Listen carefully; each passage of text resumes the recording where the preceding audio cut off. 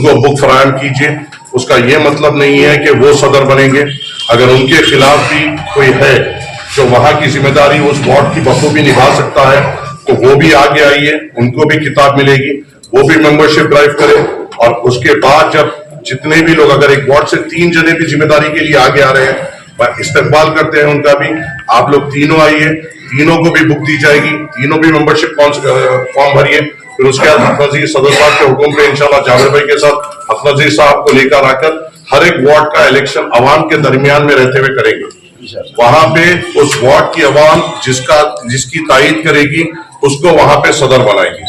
وہاں پہ کوئی بھی صدر میری پسند کا یا جابر بھائی کی پسند کا یا عظیم بن یحییٰ صاحب کی پسند کا یا رفیع بھائی کی پسند کا یا کسی دوسرے کی پسند کا وہاں پہ نہیں بن سکتا. جو عوام میں مقبول رہے گا, جو وہاں پہ عوام وہاں کی آ کر جس کو چنے, چیز تو طے ہے. میں جب زمین سے اٹھتے ہوئے, نہ میرے والدین امیر ہیں نہ میرے خاندان امیر ہے.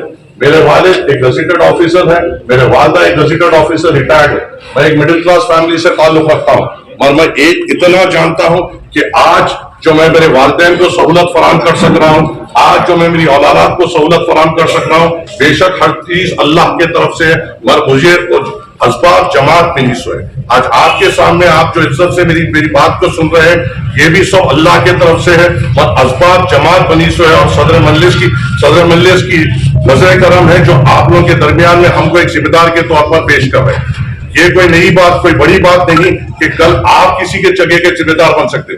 بے شک آپ ذمہ دار بن سکتے ہیں. آپ کو آپ کے حقوقی فیصلے لینے پڑیں گے. آپ کو جماعت کے لیے 2 قدم آگے بڑھنا پڑے گا. آج ایک موقع ہے, ہر وارڈ سے موقع ہے. بے شک بڑے ہیں, سینئرز ہیں, مگر اگر آپ کا جذبہ ہے آگے بڑھنے کا, میں آپ کو دعوت دیتا ہوں کہ جو وارڈ سے آپ ہیں وہاں پر آئیے, آ کے بک لیجیے. آج ہم کو یہ حکم دیا گیا ہے کہ جو وارڈ سے جو کینڈیڈیٹس لڑے تھے پہلے ان کو بک فراہم کریے. مگر اگر آپ کا جذبہ ہے اور آپ جماعت کے لیے مضبوطی فراہم کرنا چاہ رہے ہیں تو آپ کو کوئی روک نہیں سکتا بک لینے سے. اگر کوئی آپ کو روک رہا ہے بک لینے سے تو آپ مجھے اطلاع کیجیے, جابر بھائی کو اطلاع کیجیے, یا صدر مجلس کو سیدھی طور پہ میسج کیجیے. پر میں یہ ادباً گزارش کرتا ہوں کہ جماعت مضبوط ہونی چاہیے. میں آپ کو کہہ رہا ہوں, میں یہاں پہ مقررین نے بھی کہا, میں ہندوستان کا کونا کونا پھرتا ہوں. میں نے ہندوستان کا کونا کونا دیکھا ہے. یا جس بے باکی سے آپ کے میرے حالات ہیں وہ ہندوستان کے دوسرے کونے میں نہیں ہے. میں آپ کو دعوت دیتا ہوں کبھی اپنے علاقوں سے نکل کر ان نارتھ کے علاقوں میں بھی جائیے. آپ کو معلوم ہوگا کس قسم کی تکلیف میں ہمارے لوگ رہتے ہیں, کس قسم کی خاموشی میں ہمارے لوگ رہتے ہیں, کس قسم سے بے زبانی میں ہمارے لوگ رہتے ہیں.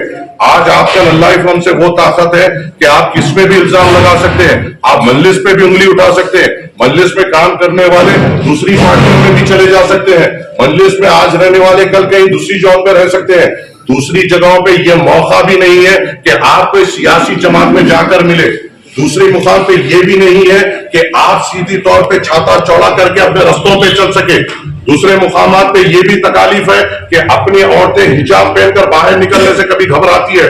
کبھی دوسرے علاقوں میں یہ بھی پریشانی ہے کہ جب حافظ قرآن داڑھی رکھ کے ٹرین میں جاتا ہے تو اسے زندہ واپس آئے یا نہیں آئے گا وہ پتہ نہیں ہوتا ہے. حافظ جنید ایک مثال ہے جو ایک عید کی شاپنگ کرنے دلی کو گیا تھا اور واپس جب گھر کو آیا تو لپٹ کر واپس آیا. اور آواز اٹھانے والے کون ہیں؟ مجلس اتحاد المسلمین ہے. میں یہاں سے ٹھہر کر ان لوگوں سے بھی مخاطب ہوتا ہوں جو اپنے لیے یا اپنی ذاتی ناراضگیوں کے لیے مجلس کو چھوڑ کر دوسری جماعتوں میں جاتے ہیں. میں ان سے بھی یہ پوچھتا ہوں کہ کون ہے سوائے صدر مجلس کے جو آپ کی اور میری آواز اٹھاتے ہیں. حال کا واقعہ آپ کے سامنے ہے.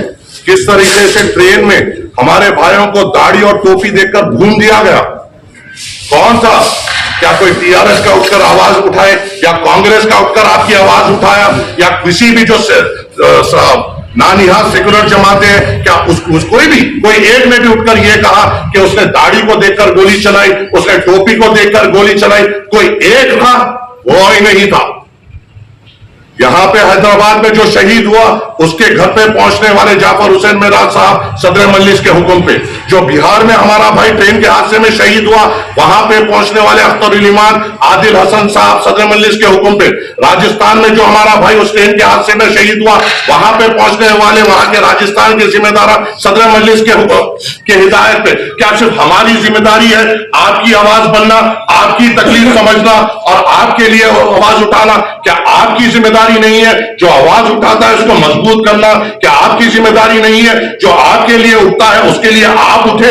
کیا آپ کی ذمہ داری نہیں ہے جو یتیموں پر شفقت کا ہاتھ رکھتا ہے یا ان کے ساتھ دیتا ہے اس کا ساتھ دے؟ ارے یہاں پہ ہر قسم کے باتیں ہوتے ہیں، تنظیمی قسم سے باتیں ہوتے ہیں. ہو سکتی ہے آپ کی ناراضگی کسی بھی شخصیت سے ہو، آپ کی ہو سکتی ہے ناراضگی مجھ سے ہو، آپ کی ہو سکتی ہے ناراضگی جابر بھائی صاحب سے ہو. کیا یہ بنیاد ہے جماعت کو کمزور کرنے کے لیے؟ اگر میری کمزوری ہے تو میرے منہ پہ آ کر کہیے. کون اقتدار دیتا ہے اپنے ہرے پرچم کو جھکانے کا؟ اگر میری غلطی ہے تو میرے کو آ کے سزا دیجئے. آپ کو کون اختیار دیتا ہے اپنے ہرے پرچم کو بلند کرنے سے روکنے کا؟ ارے کون ہے؟